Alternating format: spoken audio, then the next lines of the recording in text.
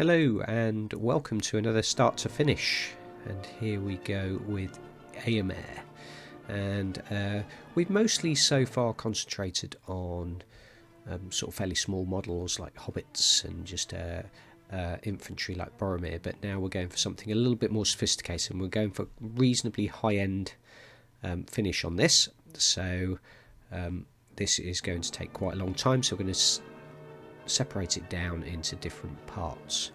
And starting off here is just starting off with the horse, and we're going to go for a sort of grey dapple on the horse. So first things first is we're going to use some sombre grey here and just block in the main shadows by going from sort of 45 degrees below, trying to catch all of the main shadows on the model.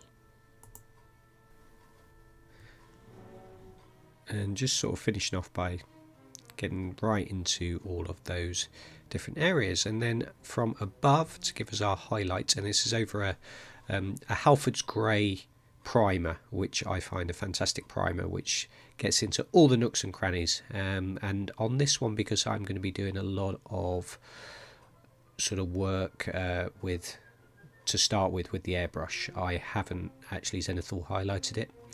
I'm kind of doing that with the grayscale here on the horse, but then obviously Eomer himself, there'll be lots of different levels of NMM going on to him and things like that, so there was no point doing a full scale zenithal highlight on him. So as you can see, I've gone from above with that very pale wolf grey. Both that and the sombre grey have some nice blue in them, which gives that makes some lovely colours for this sort of thing on the flesh. And then I'm just going to I want to say exemplify, but I'm not sure that's the right word, but emphasise, I think, is what I'm searching for, those shadows. And I'm just using some contrast here just to go in there, and I could use a wash just in those little bits, but just focusing on certain areas, but not trying to do too much of this. And I'll probably soften this a little bit in a minute, because it can look a little bit harsh, but it does really show up later and show those shadows really nicely. So I'm just going to move around the model here and sort of work quite a lot with sort of stippling it in as well. It's quite a wet paint, so no, that sounds ridiculous, but it goes into the nooks and crannies. That's how it's designed, but I'm using it almost like a stipple. Try and get that natural feel to it. It looks a little bit harsh there, but it will look good once I've softened it off with a little bit of something else.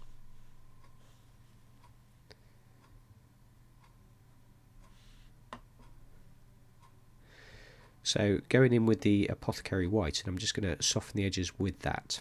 And because this is more of a grey, it doesn't come across as white. If you put this over a very pale base coat, it will look like a white, and then you can highlight up and it looks really good. But this is, for me, it's great for softening the greys and that sort of thing, but it puts a bit of a grey over it. It's more of a grey than a white. As you can see, I'm just sort of stippling again over the top, just soften that up. And here I thought, rather than try one colour, I'd try lots of different colours here. So this is the start of this, so mixing together and trying to create a gradation. And then I'm using a fairly old brush, and I'm just going to stipple, do lots and lots of stippling.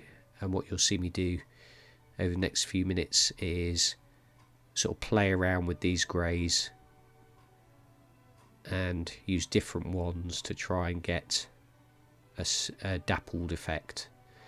And it comes out quite subtle, maybe a little bit too subtle, and that can often be the problem when you've got your really sort of bright lights that you're working under, that you need to be able to see the model, and then you put it under a normal light and you realise that all that effort that you put in, and you can barely see the effect. And it's a little bit like that with this, but it does look good, but you have to look quite closely for it, otherwise it just looks like a grey horse, which is fine.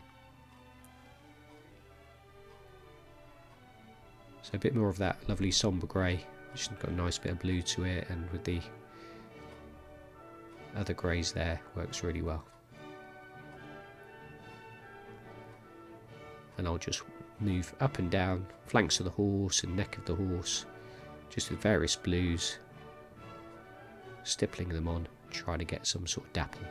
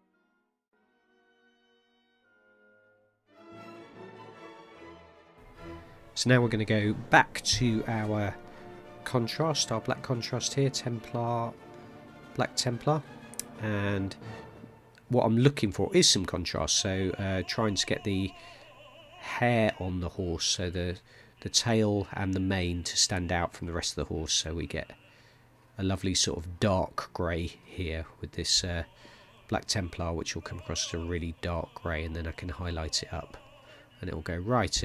It'll start the job for me by going right into the recesses and giving me a really nice base coat to work with, which I think these contrast paints do a fantastic job of. They save you a lot of effort because they give you sort of a natural bit of highlight there. You can see already on the tail that there are elements of that lighter on the raised areas and darker in the recesses. So that starts the job for me. So cover this and then start to highlight up.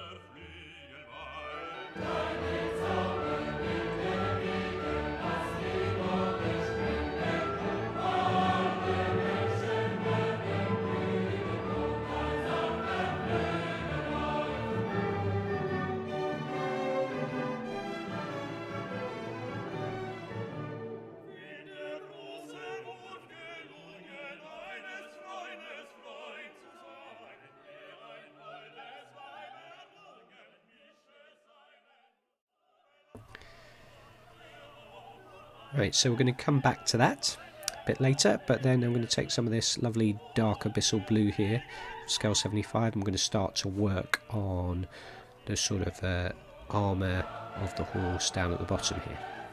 So just going to get a really nice coverage of this dark blue first of all, and this is going to be some NMM, sort of bluey silver on the surcoat there. And I think, I apologise if I've got the wrong thing, but I think it's called surcoat. But it's the skirts really.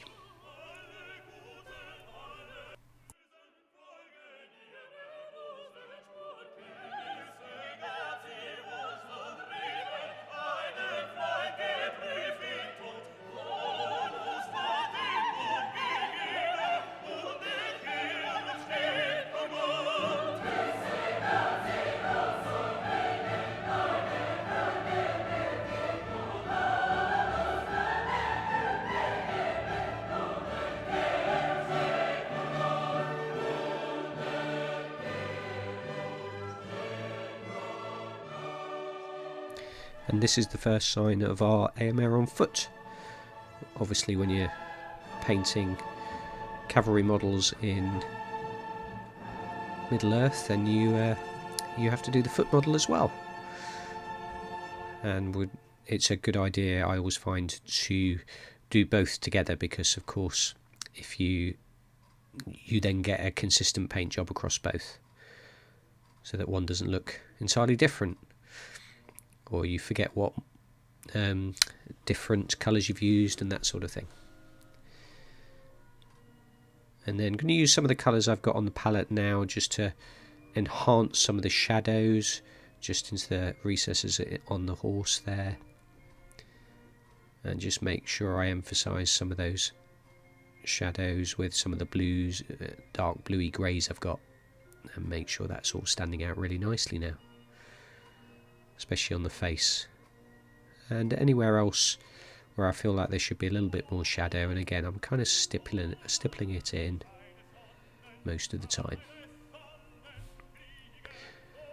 And here will be quite a long process where I move up through some different blues, and I'm going to work all the way around that abyssal blue and just highlight just a little bit less each time as I move up through these blues right the way up to white. And reasonably long process because it's like dabbing a little bit on each of those bits of mail, and takes quite a long time. Just got to be patient, but very therapeutic, and trying your best to just do a little bit less, so by the time you get to the end of it you're just dabbing a tiny bit of bits of white in the areas where you want the highlights to catch.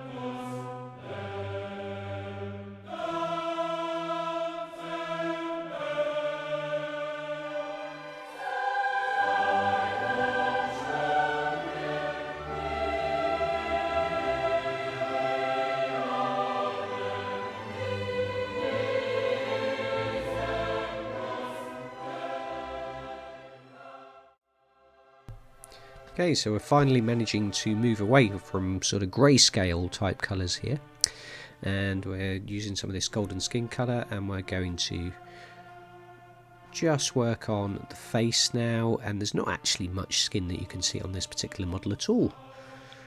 So I'm just going to cover the entire face, even the beard here, and then we'll do a little bit more with that later. Now you will have to excuse if we lose a bit of focus here for a little while. At this point it was where I got a new webcam, which takes fantastic shots and fantastic video, but it took me a little while to get the hang of how it works with the focusing and take it off of automatic focus and actually just give it the focus that I wanted to. So it took me a little while to play around, so I kind of get there over the next few clips. So again, just covering this completely, and then I will use some of my shading that I do very rarely on the rest of the models. This is where I get the wrong shade and put the wrong shade on. I've got Agrex Earth shade, suddenly realised it's the wrong one, so I just cleared that off, and we've got our REIKLAND flesh shade here, which is going to go all over that skin. So not a problem. I realised I've made a mistake and just wetted a brush, took all of that off, and now putting the REIKLAND flesh shade on, which is great stuff. Very simple, not much skin to do. And then just going back over some of the areas.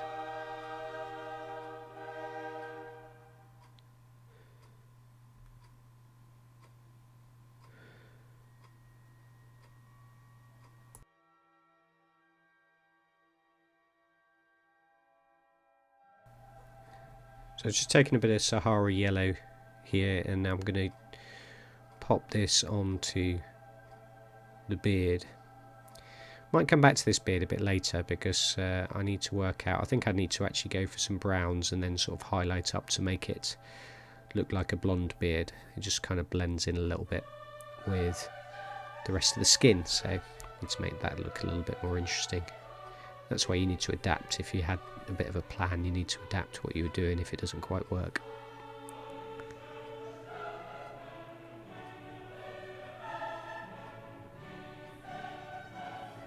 Just popped a bit more white on there.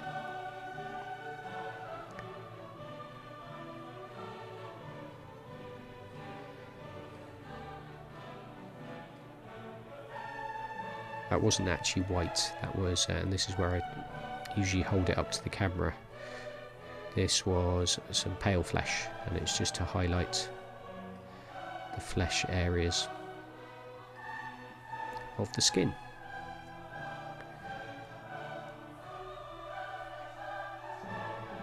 And I'll highlight that skin up. There's very little of it, so it's just sort of touching a little bit just to try and make a little bit of contrast in the face, and then I'll do the eyes at the end.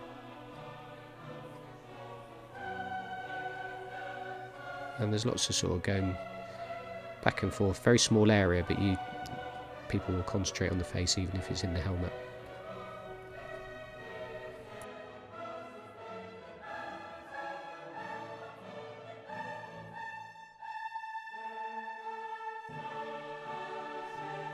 So some of these colours I'm using at the moment are from a new Scale 75 set I bought recently, so that's one of the reasons I'm using them, because I wanted to kind of see how they would go onto models and things like that, and it's just by experimenting on the model at the end of the day, that's the only way that you'll find out.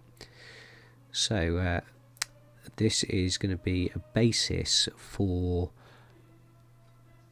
a sort of golden male, if you like. It's going to be, I was thinking originally it would be a more sort of coppery type look, but in the end I went for a kind of golden yellowy look, which is the way it came out, but it actually is quite a nice contrast with the greys and the male below it, and gives a bit of vibrancy and colour to the model. So I was quite pleased with it, the way it comes out, as you'll see. But I'm going to work up through a few colours here, and it would be the same process as the skirt at the bottom, where I pick out the raised areas, gradually building up the colour and trying to sort of get the most areas of highlight by just painting a little bit less each time. This one was tricky because it's very they're very fine links, and again it's not a huge model, so actually trying to pick those out and create a gradual contrast was quite tricky, but I think the result was reasonably good.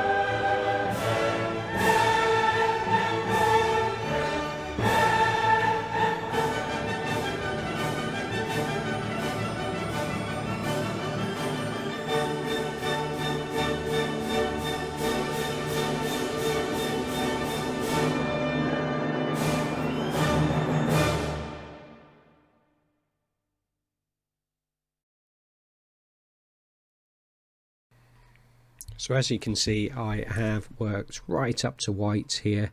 There was actually a yellow that I didn't press the record button on as well in between there. That's why it seemed to jump to quite a bright yellow. And then onto the white there, which I'm just putting in the areas which I think will most catch the light, not in all the areas. And again with the yellows, I left the sort of underneath the armpits and that sort of thing without it, so just touching it up there. And that's going to be the end of our part 1, and what you'll find is I don't actually like what I've done there, and I will actually glaze over top of that later. So I hope you enjoyed that, and come back soon for part 2.